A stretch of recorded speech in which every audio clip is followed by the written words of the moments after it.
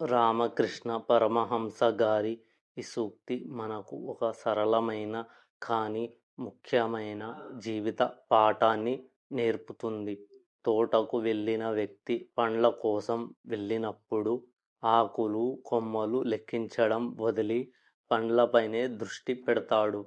అదేవిధంగా మనం జీవితంలో కూడా అనవసర విషయాలపై సమయం వృధా చేయకుండా మన లక్ష్యాలపై మాత్రమే దృష్టి పెట్టాలి.